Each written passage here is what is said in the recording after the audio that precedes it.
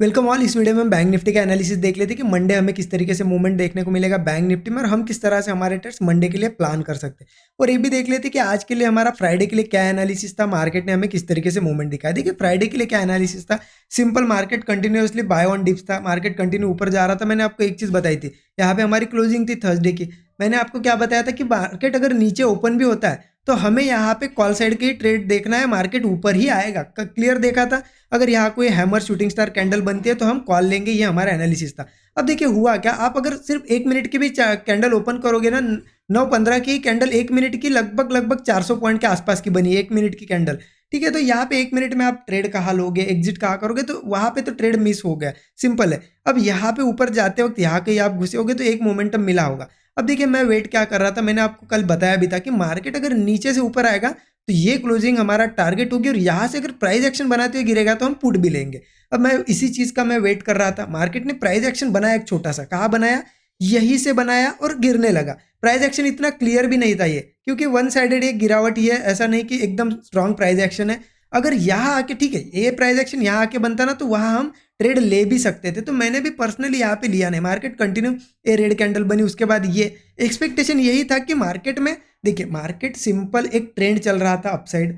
आज भी gap down के बाद बड़ी बड़ी कैंडल बनाते हुए, देखिए बड़ी कैंडल बनाते हुए स्ट्रेंथ थी मार्केट में। स्ट्रेंथ के बाद अगर सडन ऐसी कैंडल दिखते हैं ना तो एक ही एक्सपेक्टेशन रहता है कि मार्केट कहीं ना कहीं से रिवर्स करेगा। एक ये प्रॉफिट बुकिंग हो सकती है, यहाँ से रिवर्स करेगा। कब तक ये हमारा व्यू रहता है, जब तक कि मार्केट ये आज का लो ये आज के लो के नीचे जब तक नहीं ट्रेड करता तब तक एक था कि मार्केट कहीं ना कहीं से रिवर्स कर सकता है। अब देखिए होता क्या है, आप में से भी 80% लोगों का हो सकता है आज ये डाउन मूव मिस हुआ। तो मैं आपको, देखिए आप इसका रिग्रेट मत कीजिए, मैं रीजन बताता हूँ। ये ऐसा होगा आपके साथ अगर आप रियल ट्रेडर हो, सही ट्रेडर हो। क्योंकि देखिए क्या होता है, मार्केट में एक ट्रेंड चल रहा था कंटिन्यू, ठीक है, बुलिश। अब ट्रेंड हमारा फ्रेंड था, ट्रेंड के साथ हम चल रहे थे और ट्रेंड के साथ हम बाइंग करते करते ऊपर आ रहे थे।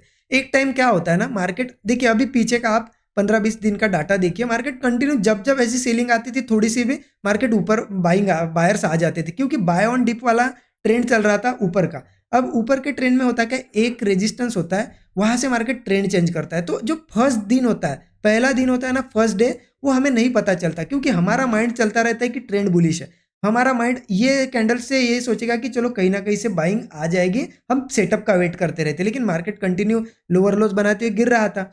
तो एक दिन देखिए, हम माइंड सेट डायरेक्ट नहीं चेंज कर सकते ना, आज के आज आपका माइंड चेंज नहीं हो सकता। एक दो कैंडल देख के अगर आपका माइंड चेंज हो रहा है कि चलो अब तो सेलिंग आ जाएगी, फिर तो आपका माइंड फिर ट्रेंड के साथ नहीं चल रहा है। क्योंकि देखिए आज का दिन यहाँ पे मार्केट ने यहाँ पे अच्छा खासा प्राइस एक्शन बना के क्लोजिंग दी। अब मंडे से हमारा एक माइंड अब डाउन साइड के भी ट्रेड लेगा, क्योंकि हमें पता चल गया है कि एक ये टॉप है, मार्केट ने यहाँ से एक अच्छा खासा सेल ऑफ दिखाया। अब मंडे अगर डाउन साइड का कोई भी सेटअप मिलेगा तो हम वहाँ पे बिल्कुल कॉन्फिडेंस के साथ पुट भी ले सकते हैं। लेकिन एक दिन हमें छोड़ना पड़ता है, या फिर यहाँ पे ऐसे दिन में क्या करना पड़ता है, चलो बड़ी बड़ी कैंडल बन रही है तो आप सेंटिमेंट बेसिस पे कहा यहाँ एंट्री कर सकते थे कि यहाँ अगर एक इनसाइड कैंडल बनी, अब अगर ये नीचे निकल रही है तो आप यहाँ पुट ले सकते थे। लेकिन इसके लिए आपके पास एक्स्ट्रा रिस्क रहना बहुत ज़रूरी है कि चलो एक्स्ट्रा रिस्क है हमारे पास।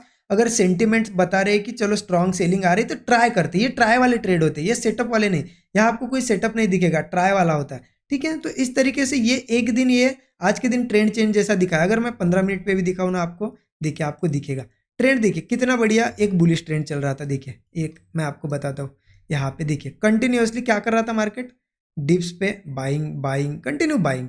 अब ये आज के दिन देखिए इसने सेलिंग करी गई है, तो ये एक दिन फर्स्ट डे पकड़ में नहीं आता है हमारे। अब नेक्स्ट डे से हम यहाँ पे सेलिंग भी कैप्चर कर सकते हैं, लेकिन पहले दिन थोड़ी सी मुश्किल होती है, तो वहाँ पे रिस्क लेनी पड़ती है। फिर चलो एक्स्ट्रा रिस्क ले लेते हैं, अगर एसएल गया तो गया, इस तरीके से करना पड़ता है। अगर आप वैसी रिस्क नहीं लेते हो तो फिर मिस भी हो जाता है ट्रेंड। जैसा कि मैंने पर्सनली भी अगर बताऊँ तो यहाँ पे मार्केट कंटिन्यू जाता रहा तो मैं यहाँ पे वेट कर रहा था कि कुछ ना कुछ सेटअप बने, सपोर्ट पे कुछ ना कुछ बने कि ऊपर आ सकता है मार्केट। क्योंकि देखिए ना, एक गैप गैप जो क्रिएट की है ना, ये गैप ने मुझे थोड़ा कंफ्यूज किया था आज के दिन।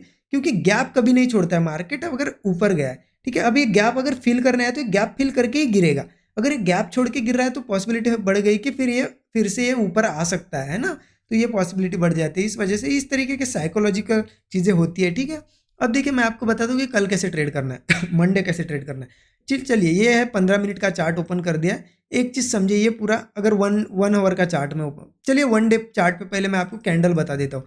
अब आप देख सकते हो, एक चीज़ समझे यहाँ पे, एक मैं आपको साइकोलॉजी बताता हूँ। यहाँ पे देखिए ये रेजिस्टेंस था, करेक्ट, ये रेजिस्टेंस था। अब ये देखिए ये रेजिस्टेंस लेवल थी, मार्केट ने इसके ऊपर एक स्ट्रॉन्ग कैंडल से क्लोजिंग दी, यहाँ पे लोगों ने बहुत सारी पोजीशन बनाई। अब उसके नेक्स्ट डे ऐसी कैंडल, दानव कैंडल बनना मतलब समझिए एक ट्रैप हो सकता है, क्योंकि अगर लोगों को बिठाया यहाँ पे, अब हम ये सब लोग यही सोच रहे हैं कि ऑल टाइम हाई मार्केट 44,000 के ऊपर निकल ही जाएगा।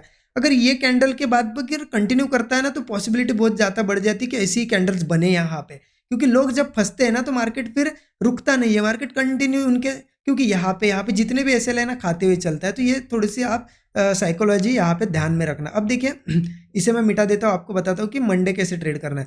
1 आवर चार्ट मैं ओपन करता हूँ। 1 आवर चार्ट पे मैं एक आपको सपोर्ट लेवल मार्क करके दिखाता हूँ। देखिए ये एक सपोर्ट लेवल बहुत स्ट्रॉन्ग सपोर्ट है। क्यों है? क्योंकि देखिए पहले ये रेजिस्टेंस था, यहाँ पे रेजिस्टेंस, ये ब्रेकआउट के बाद सपोर्ट बनाया, अब यहाँ पे ही हम खड़े हैं।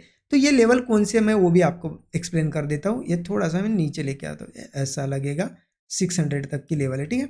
अब देखिए 15 मिनट चार्ट पे चले जाते हैं, मैं आपको एनालिसिस बताता हूँ। तो इतना समझ गए आप, यहाँ पे एक सपोर्ट है, करेक्ट। एक एक चीज़ मैं ध्यान से बताऊंगा, हो सकता है वीडियो बड़ा भी बन जाए, लेकिन आपको अगर अच्छा लगता है तो कमेंट में बताना और लाइक कर दीजिए। ऐसे डिटेल वीडियो मैं आपके लिए बनाऊंगा। फिर देखिए मार्केट में एक प्राइस एक्शन बना के अच्छी सेलिंग के बाद सपोर्ट पे आया है। ये लेवल देखिए 42,500 से 42,600, ये 100 पॉइंट का जोन सपोर्ट जोन है। अगर मार्केट इनकेस यही कहीं फ्लैट ओपन होता है, थोड़ा गैप डाउन भी होता है, इस लेवल पे अगर वो कंसोलिडेट या होल्ड करके ऊपर निकलता है ना, तो हम कॉल लेंगे। क्योंकि जो गैप फिलिंग वाला कंसेप्ट मैंने बताया, एक गैप अगर फिल करने आता है तो यहाँ पे हमें एंट्री करनी पड़ेगी। अब यहाँ से ऊपर का टारगेट बता देता हूँ सीधा।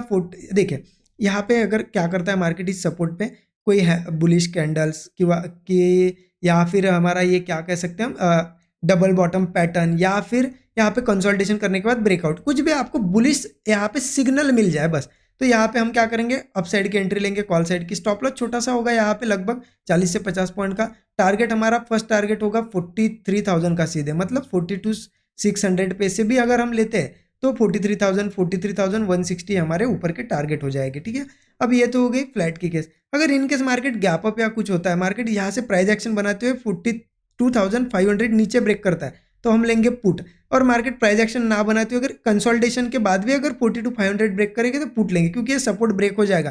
फिर नेक्स्ट निकल के आएगा टारगेट हमारे, देखिए 42,150 का, 42,000 का टारगेट, और फिर 41,800 का, ये तीनों टारगेट निकल के आएंगे। अब इनकेस गैप डाउन भी होता है, इनकेस मान लेते हैं अच्छी सेलिंग हुई, बड़ा गैप डाउन भी होता है, तो एक काम करिए आप लोग, क्या करोगे, गैप डाउन के बाद लोग नीचे जाते हैं ना, पुट लेते हैं फटाक से की, और गिरेगा और गिरेगा। देखिए ऑलरेडी एक चीज़ समझे, साइकोलॉजी समझे, कंटिन्यू इतना गिर चुका है मार्केट, कितना आप अगर देखोगे ना 800,000 पॉइंट के आसपास का होगा। अब इसके बाद भी गैप डाउन हो रहा है, इसके बाद भी जा रहा है, तो आप सोचिए कहीं ना कहीं से प्रॉफिट बुकिंग आएगी। तो आप वो रिस्क मत लीजिए मार्केट को, ठीक है। अगर नीचे जाता है फिर से ऊपर आएगा, ऊपर जाने के बाद फिर से यहाँ पे कुछ कंसोलिडेशन के बाद ब्रेकडाउन बनाएगा ना, तो तब पुट लेना आप इस रेजिस्टेंस के नीचे नीचे जब तक है तब तक, ठीक है। नीचे के टारगेट मैंने बता दिए। गैप डाउन की समझ में आ गई कि आपको फ्लैट किया, अब गैप अप भी हो सकता है। देखिए गैप अप के बाद क्या करना है, गैप अप के बाद मार्केट थोड़ा नीचे आएगा, ठीक है, नीचे आएगा और मार्केट ये सपोर्ट के पास नहीं आता है, इसके ऊपर ऊपर ही थोड़ा सा यहाँ पे कहीं फिर से bullish up higher high pattern बनाता है, मतलब एक लो लगाएगा, फिर नया लो लगाएगा, हाई बनाएगा, तो कॉल ले सकते हैं हम लोग, क्योंकि फिर ये धीरे धीरे धीरे निकल के आएगा। टारगेट तो आपको पता ही है 43,000, 43,160, बट ये अगर धीरे धीरे आएगा ना, तो फिर ये गैप जो मैं बोल रहा हूँ ना, गैप मुझे थोड़ा सा यहाँ पे माइंड में ये कर रही है, मार्केट गैप फिलिंग का ट्राई कर सकता है, ठीक है।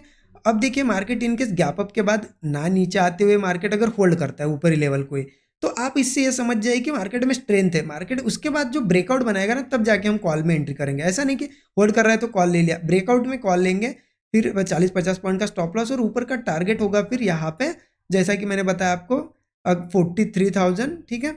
अगर ये 43,000 के ऊपर की बात करो, चलो 43,000 के ऊपर गैप अप होता है तो फिर आपको नेक्स्ट टारगेट्स बता देता हूँ। देखिए ये हाई हमारा टारगेट होगा 43,600, और ये हाई हो जाएगा फिर 43,700 के आसपास, ये हमारे ऊपर के टारगेट। तो ये देखिए इस तरीके से हमें प्लान करना है मंडे के लिए। वीडियो अच्छा लगा तो लाइक कर दीजिए, कमेंट में जरूर बताइए, और नए लोगों चैनल को सब्सक्राइब करके बेल आइकन दबा दीजिए। Thank you so much.